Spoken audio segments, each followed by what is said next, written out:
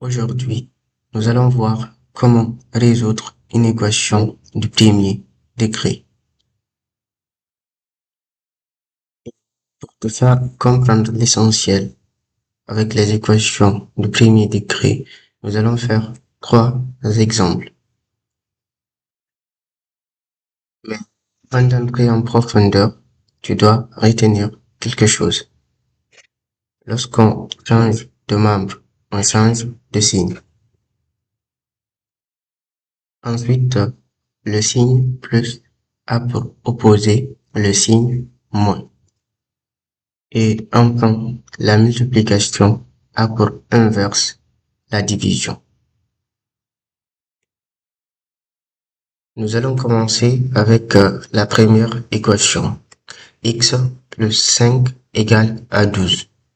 Ici, l'objectif pour trouver notre inconnu, le X, on doit l'isoler. C'est-à-dire, on doit envoyer le 5 au second membre. Et en isolant le X, le 5 va changer de membre avec le signe plus. Il change de membre. Au début, il a le signe plus. Il change de membre maintenant. La règle nous dit que lorsqu'on change de membre, on change de signe. Ici, on a le signe plus. Et lorsqu'on change de membre, et ici, lorsqu'on change de membre, lorsque le 5 change de membre, il doit changer de signe. Ici, son signe, c'est plus. On avait dit que le signe plus a pour opposé le signe moins. Donc, en changeant de membre, le signe plus va se transformer en signe moins. Donc, on aura moins 5.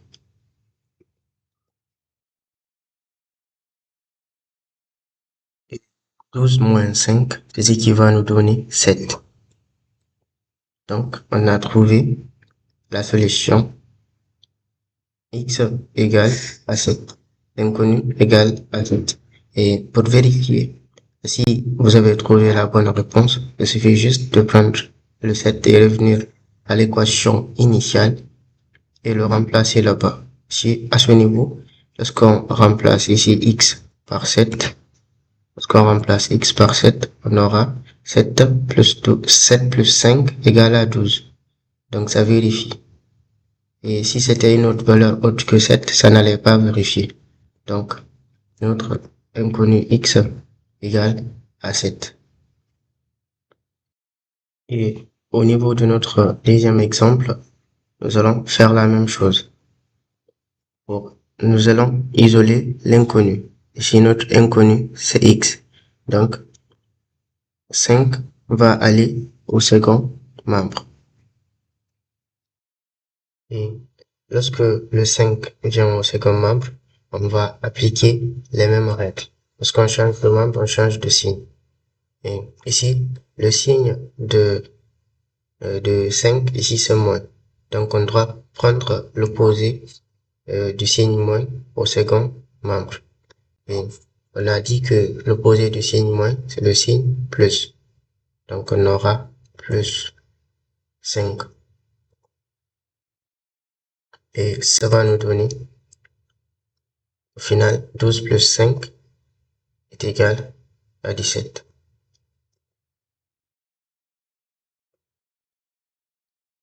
Et c'est la même chose pour la vérification. Vous venez au niveau de l'équation initiale, vous remplacez le x par la valeur trouvée. Et lorsqu'on remplace ici par 17, on voit bien que 17 moins 5 égale à 12. Donc ça vérifie bien l'équation. Maintenant, prenons la troisième équation, 2x plus 5 égale à 15. L'objectif sera d'isoler le x. Ok. Si on aura 2x égale à 15, nous avons 5. 5 doit changer de membre. Et en changeant de membre, il doit changer de signe. Son signe, c'est plus. En venant au second membre, il doit avoir moins. Donc on aura moins 5. 15 moins 5 est égal à 10. Donc, nous avons 2x égale à 10. Et toujours le x n'est pas seul. Donc, nous devons isoler le x. Quand on prend 2x, c'est comme si on avait dit 2 fois x.